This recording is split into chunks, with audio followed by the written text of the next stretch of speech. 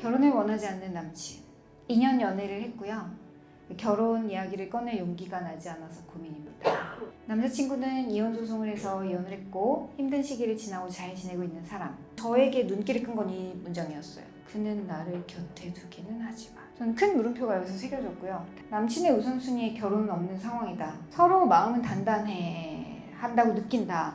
그래서 나는 더 기다려보자. 그의 마음이 결혼 쪽으로 옮겨갈 수도 있겠지. 마음 먹어보지만 조바심이 나는 건 어쩔 수 없다. 내가 어떤 방향으로 마음을 단단히 먹어야 될까? 2008년에 결혼하고 2009년에 이혼을 했는데 딱 13개월 정도 걸렸어요. 다 정리되기까지. 엄청 초고속이었죠. 결혼은 2주 만에 결정하고 이혼은 1년 만에 결정하고.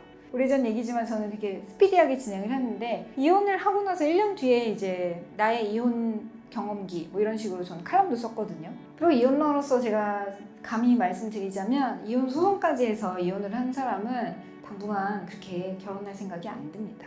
왜냐면 2번 이혼하는 것은 상상하고 싶지 않기 때문이에요. 처음 결혼할 때는 이게 이혼할 수도 있지 않나? 라는 생각을 잘 못해요. 한번 큰 경험을 하고 나면 수백 명 사람 앞에서 평생을 이런 약속을 해놓고 자기가 자기 손으로 어쨌든 그걸 깨고 나왔기 때문에 소송까지 했다는 건 감정 싸움이 얕진 않았다는 얘기고, 그래서 이 사람한테 결혼 이야기를 꺼내는 것은 일단 쉽지 않다라는 얘기를 드려요. 근데 뭐가 문제가 되냐면요, 저는 그는 나를 곁에 두긴 하지만 이 대목이 너무 이제 신경이 쓰이는 거예요. 왜 이렇게 표현하셨을까?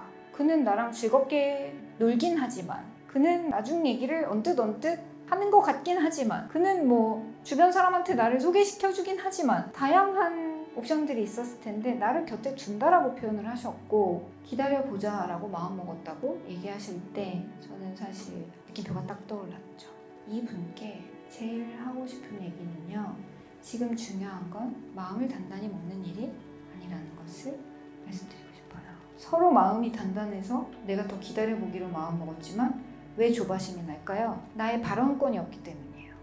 제가 이걸 이렇게 쓸까 말까 사실 좀 고민했거든요. 좋은 얘기만 할 수는 없어요. 때로는 심장이 철렁 내려앉는 표현이 나를 아주 명료하게 만들 때가 있어요. 그래서 썼다 지웠다 썼다 지웠다 하면서 이 문구를 갖고 왔는데요. 저는 사랑이라는 것은 원하는 것을 편안하게 요구하고 그 사람이 내 이야기를 소중하게 진지하게 고려할 거라는 믿음, 그것이 사랑이라고 생각해요. 우리는 너무 많은 순간 욕망과 사랑을 착각하는 것 같아요. 내가 너랑 독점적인 관계를 유지해서 내가 너의 유일한 사람이 되고 싶고 너는 나한테만 잘해야 되고 나는 너의 몸과 마음을 갖고 싶고, 이런 소유와 독점욕을 사랑이라고 착각하면 때때로 사랑은 너무 공포스러운 관계가 되기도 하고, 또 그 욕망함 뒤에 숨어있는 분노라는 것이 있을 수 있잖아요. 너 옛날에는 이랬는데 왜 마음이 편해? 지금 현실에서 벌어지고 있는 수많은 연인 관계를 둘러싼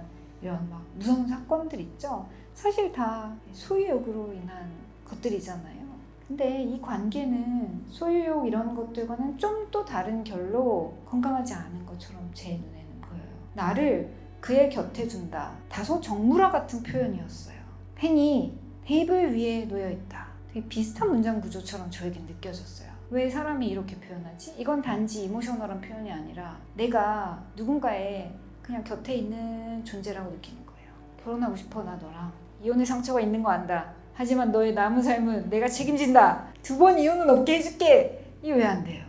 두려운 거죠. 그 두려움이 어디서 왔는지는 전 모르겠어요. 내 자신의 존재가 그렇게 많이 허락받은 적이 없어서일 수도 있고, 이 친구가 사실은 나이스하고 따뜻한 눈빛은 보여주지만 곁을 안 주는 사람 같아라는 그 뭔가 있었을 수도 있어요. 스토리는 다양한데요, 저는 뭐가 됐건 요구하지 못하는데 그게 어떻게 사랑이에요. 서로의 욕망은 존재할 수 있는데요, 원하는 걸 말할 수 없는데 그게 어떻게 사랑이에요? 나는 이혼 경험이 있어서 나는 싫어 라는 이야기가 나올지라도, 내가 설득을 못할지라도 이야기는 할 수 있어야 되잖아요. 뭐 언제까지 무언극을 할 거예요. 눈빛만 보며 동태를 살피며 그래도 다른 여자를 만나는 건 아니니까 라는 자기 합리화를 하며 이거 언제까지 버틸 거예요. 또 여자는 남자와 생물학적 시계가 달라요. 저도 이런 게 조금 어렵고 치사했는데요. 여성은 35이 넘어가면 뭐 노산이다 뭐 이런 얘기도 막 나오고, 내가 이제 어쨌든 결혼했을 때 아이를 낳고 싶다 하겠다라는 생각하면 이제 그때부터는 남자친구가 빨리 결정을 안 해주는 것에 대해서 먼저 얘기하기도 좀 어려워지는 부분들이 있는 것 같아요. 근데 그럴수록 더 요구할 수 있지 않나요? 거절 당할 때 당하더라도 와라 나한테 할 수 있잖아요. 아마도 난 결혼은 별로 생각이 없어 이런 얘기를 들으신 것 같아요. 그러나 진짜 없다 치고 한 번은 던져볼 수 있다. 내가 진짜 이 관계에서 평등했다면. 진짜 중요한 건 이 사람이 결혼을 안 하고 싶어 하는 것이 아니라 내가 평등하지 못한데 사랑이라고 착각하는 거예요. 이거 사랑 맞아요? 저라면 이런 사랑 이제 안 할 것 같은데. 내가 한 인간으로서 누구에게든 내 의사를 전달할 수 있는 사람인데 회사에서 이건 아니지 않습니까? 이렇게 합시다. 얘기할 수 있는 사람인데 남친한테는 그게 안 돼? 그러면 그 관계는 처음부터 다시 껴야죠. 오히려 드라마틱하게 말이에요. 결혼을 강력하게 난 진짜 하고 싶다. 너가 내 인생 마지막 남자였으면 좋겠다 라고 이야기하면 그때부터 다른 스테이지가 펼쳐질 수도 있어요. 그 사람의 어떤 진짜를 보게 될 수도 있어요. 나 진짜 나도 너랑 같은 마음이지만 나는 지금 아직 준비가 안 됐어. 1년 정도만 더 만나보자. 나도 확신이 필요해. 이렇게 얘기하면 그냥 그거대로 따를지 말지 결정할 수 있잖아요. 내가 클리어하지 못하고 내가 나를 정물화처럼 그림 속에 놓여있는 사과처럼 의자처럼 나무처럼 대하면 그런 나를 사랑해주는 사람은 사실 좋은 존재가 되려다가도 좋은 존재가 되지 못합니다. 그러니까 같이 그냥 애매한 관계를 만들어가는 두 이상한 주인공이 되는 거예요. 저는 말하라고 얘기하고 싶어요. 마음을 단단히 어떻게 아니고 말해보라고. 저는 어디 가서나 불편한 걸 잘 말하는 그런 성격으로 살아왔고 앞으로도 그러려고 해요.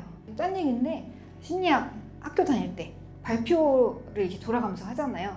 누가 약간 이상한 자료를 가지고 특정한 사람을 비하하듯이 이렇게 표현을 한 거예요. 제가 그 얘기를 듣는데 우와 막 심장이 터질 것 같은 거예요. 저런 슬라이드 쓰면 안 된다고 모두에게 상처라고 내가 말해야 되는데 스팀이 짝짝짝짝 올라가서 발표자가 질문하실 분 있냐고 물어봤어요. 그래서 제가 손을 들었어요. 발표 잘 들었습니다. 근데 그 처음에 그 슬라이드는 문제가 있습니다. 그렇게 쓰면 그분들에 대한 비하가 되는 것 같은데 발표자 생각은 어떠십니까? 그렇게 얘기했더니 0.5초 뒤에 사과하셨어요. 생각해보니까 제가 잘못했네요. 저는 대학원 다니면서 특징적이었던 몇 순간만 남아요. 솔직히 내가 느낀 그 약간 모종의 정의감, 이 슬라이드는 난 용납할 수 없어 하고 손대고 이야기했던 그 순간이 네버 잊혀지지 않아요. 내가 나를 존중하게 되는 어떤 포인트들이 삶에 계속 있다고 생각하는데 저는 그날 내 생각을 더 존중하게 됐어요. 거기 있던 교수님도 저거 좀 문제가 있는 슬라이드 한 장, 딱 한 장. 그래서 여러분이 이럴 때는 사실 감정이나 마음의 문제로 자꾸 돌리지 말고요. 이건 입의 문제예요. 말할까 말까. 말하지 못하는데 어떻게 사람이냐 라고 저는 얘기 꼭 드리고 싶었어요.